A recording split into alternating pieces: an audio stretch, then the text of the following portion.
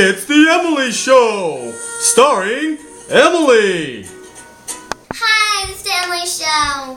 Today I have a very special guest. Let's give it up for Abraham, the father of many. Oh, thank you. Thank you. Oh, rest my weary bones. Emily, thank you for having me on your show today. The question we all want to... Is that right? Yeah, go. The question we all want to know is what really happened on Mount Moriah. Oh, well, before I tell you about what happened on Mount Moriah, I need to back up a little bit. You see, before I ever got to that point, I first had to learn a lesson in faith. See, there were times when I thought that I knew what I was doing. I thought that I knew where God was leading me. But really, I was just a guy who needed a lesson in faith. Abraham, it is said in Hebrews 11:12 that you were as good as dead because of your age, but you still had a son. So show us how. Oh, well, I remember that day very well. We had some guests coming. Now, I didn't know them, but I saw them off in the distance, and I knew that they were special. In fact, I got up and then I bowed down because I sensed something about them. And I asked them, if I have favor in your eyes, will you please stay for dinner? Well, they stayed for dinner. But now later on, we were eating our dinner and then they asked me where Sarah was. And I told them, well, she's in the tent. And so they said, when we come back a year from now, you'll have a son. Now, I was flabbergasted because I was in awe of the fact that God's promise to me actually was going to come true. But Sarah, on the other hand, well, she laughed. And she has one of those laughs where you know she's laughing. It's kind of like that. So it wasn't anything, well, let's just say we heard her. Right? And the men there, they said, why did Sarah laugh? And then she tried to lie and say, I didn't laugh, which was kind of not smart since we all heard her laugh. I mean, she's got that laugh. Yeah, she's the life of the party. But, so, eventually they told us, is anything too hard or too difficult for God? Well, the answer to that is no. Now, if I recall right, they gave you a second message, one about Lot? Yeah. See, what was happening is back in Sodom and Gomorrah area, well, if you go back, you remember that Lot and I, we split up because we had so much stuff, right? And so here we are with our stuff, and then we said, well, you want to go this way or this way? And so we split up, and Lot, he went towards Sodom and Gomorrah, but eventually he actually landed in Sodom and Gomorrah, and it was becoming a very nasty place. And the lesson I tell people when I talk about Lot is, you know, if we get too close to sin, we eventually will give in to sin. Those are good words, Abraham. Yeah. So, what happened to Lot? Well, when the men got there, they tried to take Lot and his daughters and his wife and his daughters. They were dating these guys. I never met them, but they were dating these guys, and the men, they tried to get all of them to come out, and even Lot. He said, look, you got to come. But the boyfriends, they didn't believe that Lot was telling the truth, and so they didn't come. And so eventually it was just Lot and his wife and his daughters, and they got out of town. But here's the funny thing. You know, the people in the town, they tried to get kind of intimate, is the word I use, with the two guys, the angels, the men, right? And not only did they try to get intimate, but then Lot, now excuse me for talking about Lot like this, because I know I've made some dumb mistakes myself, but Lot said, don't take these men, take my virgin daughters instead. I don't know if I would have done that. That was a little crazy. Yeah. I agree, Abraham. Yeah. So tell me, did Lot and his family make it out? Well, Lot and his family, they did make it out, yeah, but not all of them. See, what happened was, well, there was a one command given to Lot when he was making his escape, and they said, "Don't look back," right? Because they got the hail and the fire and the brimstone all coming down, and they said, "Don't look back." But Lot's wife looked back. It was sad. What happened? Well, she turned into a pillar of salt. Salt? Yeah, salt. You know, some people, they carry the remains of their loved ones in a urn, right? The little vase that they put the dead ashes in. But Lot, well, he doesn't carry around a urn. He actually carries one of these. Get it into the soul. Alright, that was great. Oh. Go ahead, I got a weird sense of humor. That is both funny and sad. Yeah, well, that's my humor, I guess. Eh?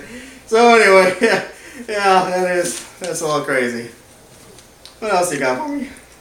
Now, I know Isaac is who we want to hear about, but before we talk about him, tell us about your other son. Well, that's true. I got another son, and his name is Ishmael.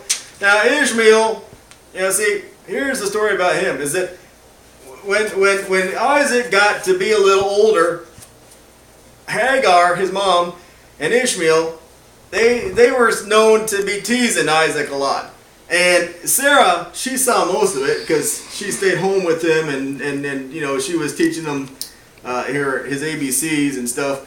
And so she noticed that they were always making fun of Isaac. So she came up to me one day and she said, "Abraham, you got to do something about that gal." So I prayed about it, and eventually it came time to where I had to ask Hagar and Ishmael to leave. But now here's a true thing. I heard one time after they left that God had taken care of them. I heard that, you know, Hagar, she was upset. She left and she was crying. But eventually, when she was all by herself crying out to God, God said He was going to take care of her in the desert.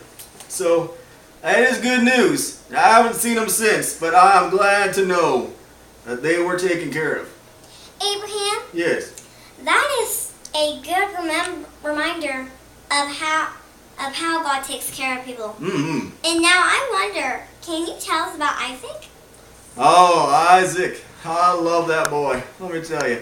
Now, there's a couple things that you should know about Isaac. First of all, now I know the part of the story you're talking about up here on Mount Moriah, but I think we need to let you know that Isaac, he was about 20 years old when this whole event happened on Mount Moriah. He wasn't the little boy that we think. But also, I think it's important to point out that he had faith just like I did. What do you mean? Well, I mean, you know, he had to trust in the fact that God was going to provide the lamb, right? Because we were walking up the hill, and I told my servants, I said, "You stay back here. The boy and I, we're going to go up the hill, and we will come back." And I used those exact words, "We will come back." And I didn't say just me is going to come back, or just him. I said we. And so when we went up the hill, and Isaac noticed that we didn't have enough stuff, we had the wood and we had all that stuff, but we didn't have the lamb. Isaac looked at me and said, "Hey Dad, where's the lamb?" And I told him, I said, "Well, God will provide." I think it's right around that time that Isaac made the connection, because we've been talking about this back on the way. I think Isaac might have made the connection at that point that he was going to be the lamb. So what took place up there? Well, you know, I started to get a little frustrated with God because, you see, God had given me this promise that we were going to have a son. Hey, I'm talking to you. We had this promise that God was going to give us a son, and then here is God telling me to kill the boy. I was starting to get a little mad. I said, "Daggum, God, why?" But then I thought about it some more, and I thought, you know, God, He did promise me this son. And He came through on His promise. So if I'm obedient and I do what God tells me to do, I bet He's going to take care of this situation as well. And so I laid Isaac down on the altar, and I tell you, it was an amazing event at that point. It was amazing. Now I think we have some video footage of this event. Wow. Do you mind if we show it? Oh, go ahead and show it. Okay, we'll take.